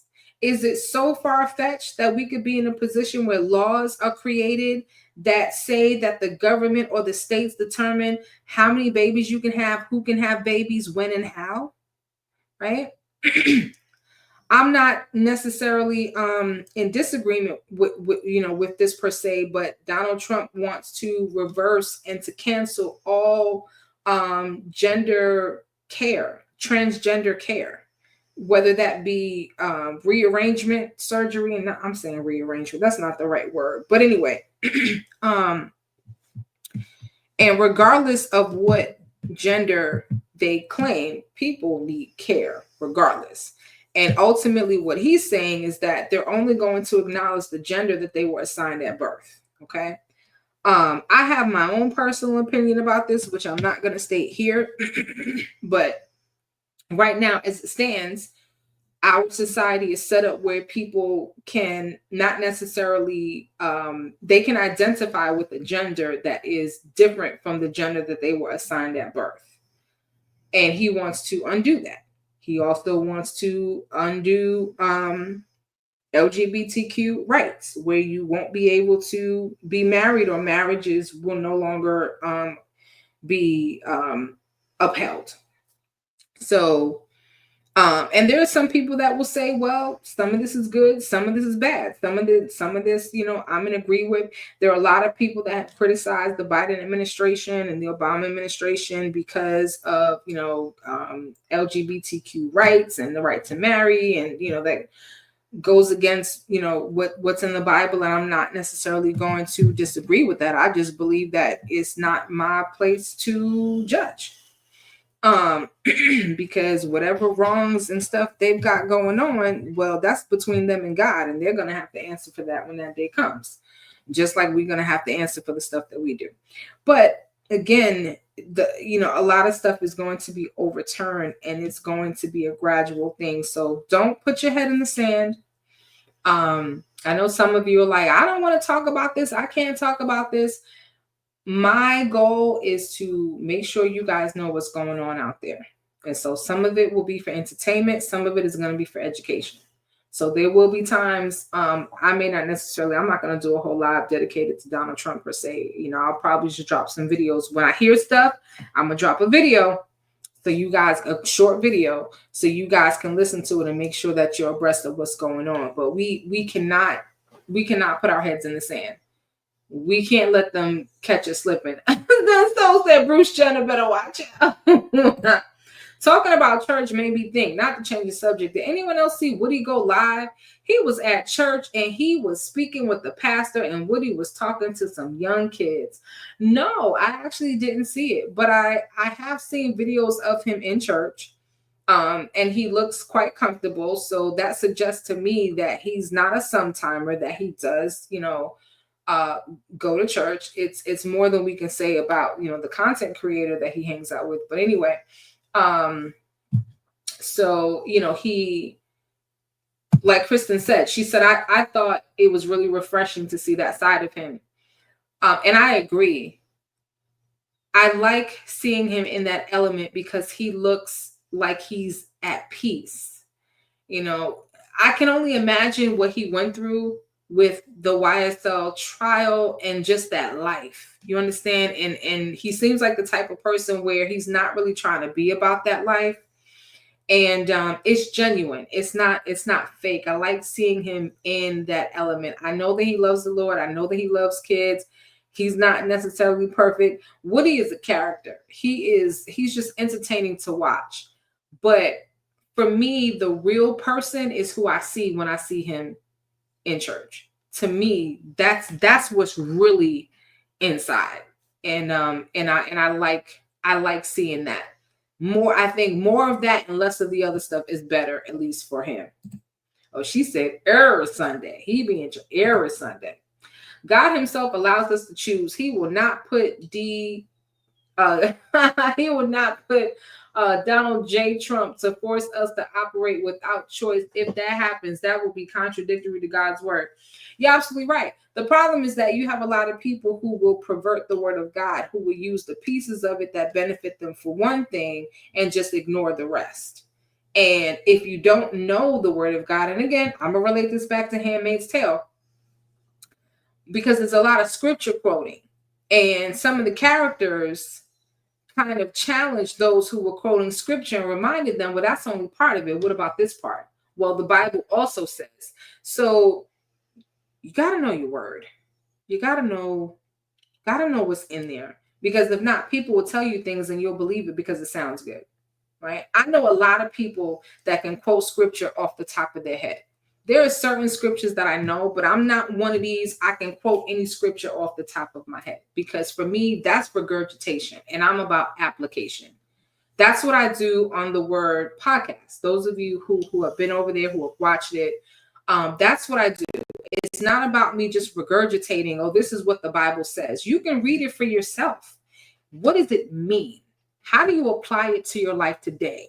What is it about that particular scripture that God needs you to know for right now, right? Because the word is timeless, right? How do we take that and translate it to what we're going through right now? How do we pull the wisdom out of it? How do we pull the guidance out of it, right?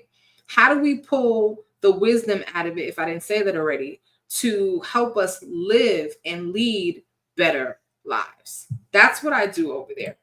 Just like they use the Bible to justify slavery. Absolutely. And you know the funny thing about slavery? God did not invent slavery. God has never told anybody to have slaves. He told them, those who have slaves, what they should and should not do. But he never told anybody to have slaves, right? Because slavery, and let's be clear, different types of slavery. American slavery was didn't give the people a choice, right? And God gives us the right to choose. So if God gives us the right to choose, then why not you? Biblical slavery was a little bit different. Some of these people were working as a slave to pay off a debt. It was temporary. These people became like family. They were not mistreated. They were taken care of just like anything else. Were there situations with the handmaidens where the wife can say, hey, listen, I need you to go sleep, with my handmaid? But that wasn't God doing that. That was a person making a decision who didn't trust God to do that, to say, well, you know what, since our local custom, didn't say God's custom, our local custom is this, and it was a pagan custom at that, this is what we're going with, rather than just waiting on God. Sometimes it's better to just wait on God. What days do you do Bible study? It's on the WD channel. No, I do Bible study on Wednesday nights at 7:30, and it's on the Word podcast. Let me just put the banner up so you can get that. Hold on one second. Okay. So subscribe to It's the Word podcast. Okay. It's the Word podcast. So the next lesson that I'm going to be covering on Wednesday is faith over fear. And we're going to be diving into the story of the 3 Hebrew boys. I love that story because God did not remove them from the situation. He entered the situation with them. And through that, they received deliverance. But he didn't just make it all go away, right? They went into the fire. They went into the fire. He didn't make it so they didn't have to go. They went into the fire, but he protected them while they were in it. And that's what we're going to be talking about. A lot of times we pray, like I prayed for God to please not let Donald Trump become president. I prayed. It was a way of me saying, God, remove this trouble. If it's at all possible, remove this cup from me. Jesus prayed the same prayer. You know, if it's at all possible for me to fulfill your will without having to, if it's at all possible, could you please remove this cup from me? But alas, not my will, let your will be done. So I asked God to move Donald Trump out of the way, and he didn't, right? So I have to trust that if God didn't remove me from the situation, didn't remove the situation from me, that he's going to be with me in the situation so that I can endure till the end. So we're going to be talking about faith over fear. All right. Because we have a lot of reasons to be afraid. But in spite of that, we have to have faith, because faith and fear cannot operate in the same space. And faith can do a lot of things, but fear can cause us to lose a lot. So anyway, so we're going to be getting into that. We'll be getting into that. So again, that's Wednesdays at 7:30. And I basically do deep dives into the Bible stories that you love and kind of go, a little bit deeper into it. I get questions all the time, like, what does the Bible say about marriage? What does the Bible say about divorce? Sorry. Because I struggle with that. When my first marriage ended, I struggled with that because I took vows. And I had to go to see what the Word of God said about divorce, and it will surprise you. So I will do lessons like that. And a lot of times it's just to give you an encouraging word. Okay. Some of y'all do know, and I've talked about it before. I'm a licensed minister, and I'm an ordained minister. Went to seminary. I'm an ordained minister. And so I do that on a separate channel because that's not something that everybody is necessarily into. But it's an opportunity for those who want to learn more and grow regardless of your background in your life. So that's what I do over there on It's the Word podcast. And I don't care if it's one person on the live or 5 people on the live. Unless I'm sick or I've got some other issue, I'm over there on Wednesdays. If choice is taken away from us, would that mean God lied and the devil was right because Satan wants us to believe God doesn't give a choice to accept him or reject him? Donald J. Trump was not elected. He was selected. Oh, I like that. Really good question. So I'll answer it this way. The whole fall of man occurred because of 2 things: distrust, which led to disobedience. Adam and Eve had access to everything. There was just one thing that they couldn't have. So here comes the serpent, who is basically, you can say possessed, by Satan or used by Satan. And what he did is he called into question. He caused Eve to doubt what God said about the tree of the knowledge of good and evil. It caused her to believe that God had an ulterior motive instead of just trusting what God said. And so because she didn't trust what God said, that led to disobedience, which led to the fall of man and sin entering the world. When it comes to this situation, if choice is taken from us, here's the thing. Bible says that God is not a man that he should lie. Right? God is not capable of lying, and God is not a man. Men do things, and what you got to remember is there is God's good will, his perfect will, and his acceptable will. His perfect will is his plan and what he planned for there to be, right? His good will is kind of like an in-between. It's like, okay, it wasn't my plan, but I'm going to turn it around for good. And then there's his acceptable will. These are things that God doesn't necessarily like, but he's going to accept it at that time. If you think about your kids, for example, right? My son may decide that he wants to befriend somebody that has a drug problem, right?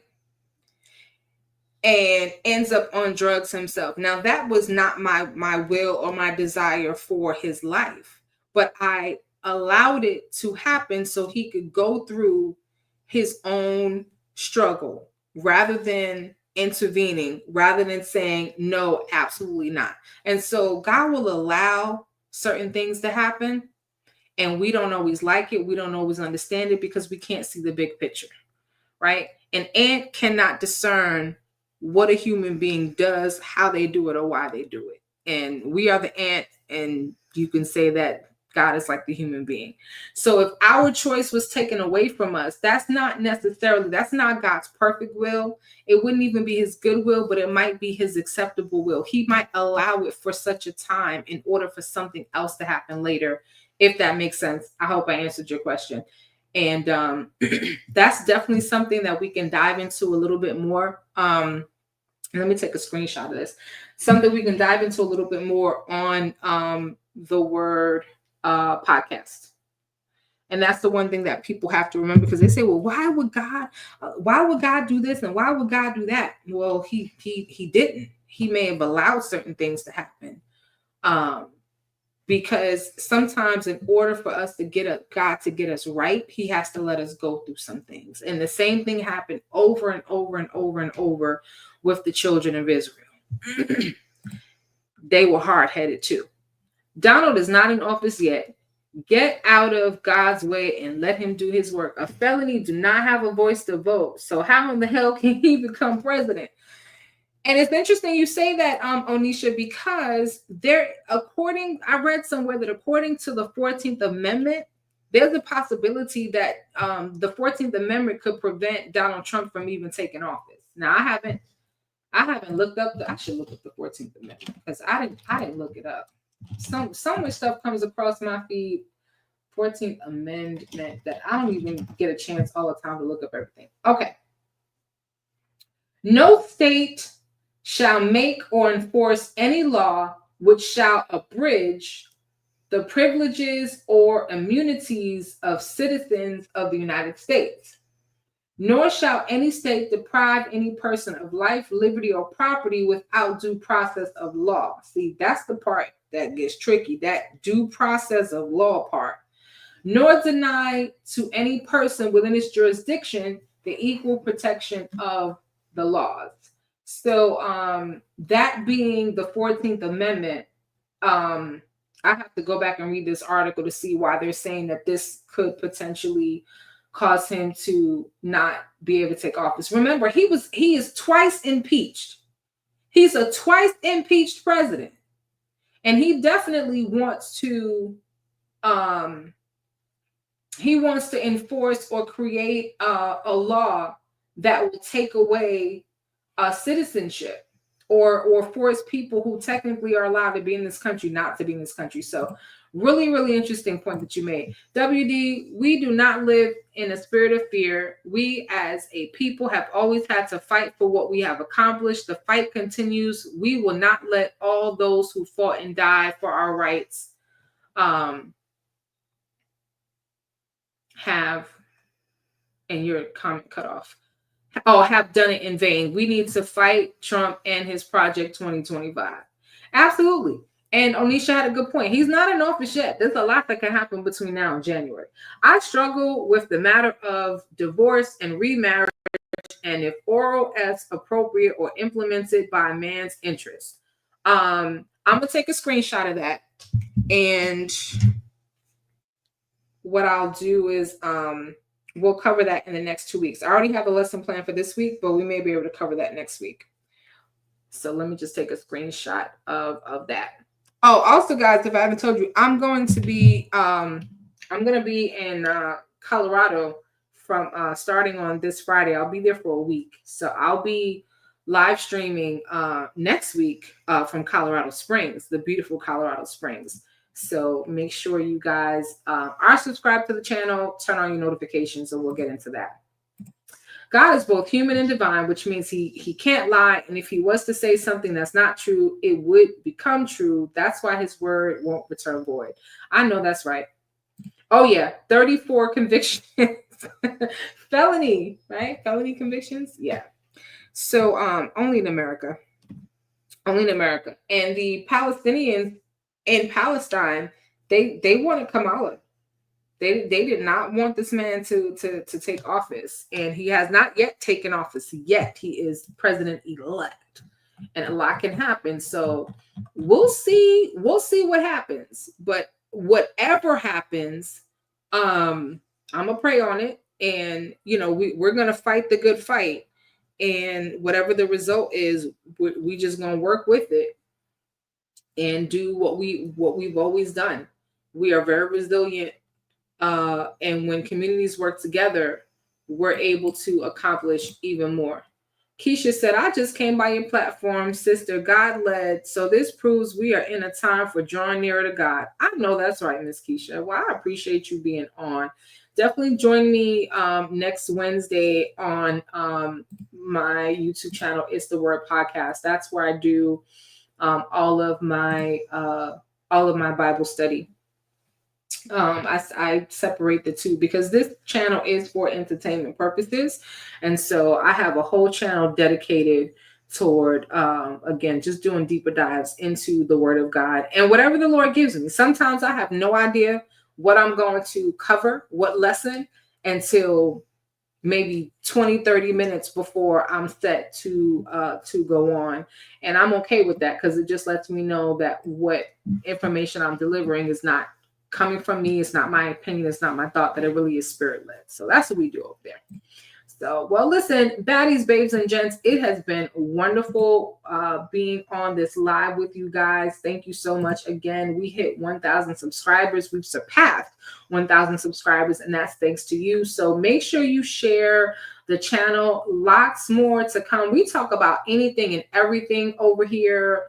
Everything from story time to breaking news to entertainment news to hot topics to weird time. I mean, we cover everything over here. Information, inspiration, entertainment, education. You're going to get it all. We are real women having real conversations. I appreciate you all. If you didn't hit the like button on the way in, go ahead and hit the like button on the way out and check me out in the next video. Until then, you guys, be blessed.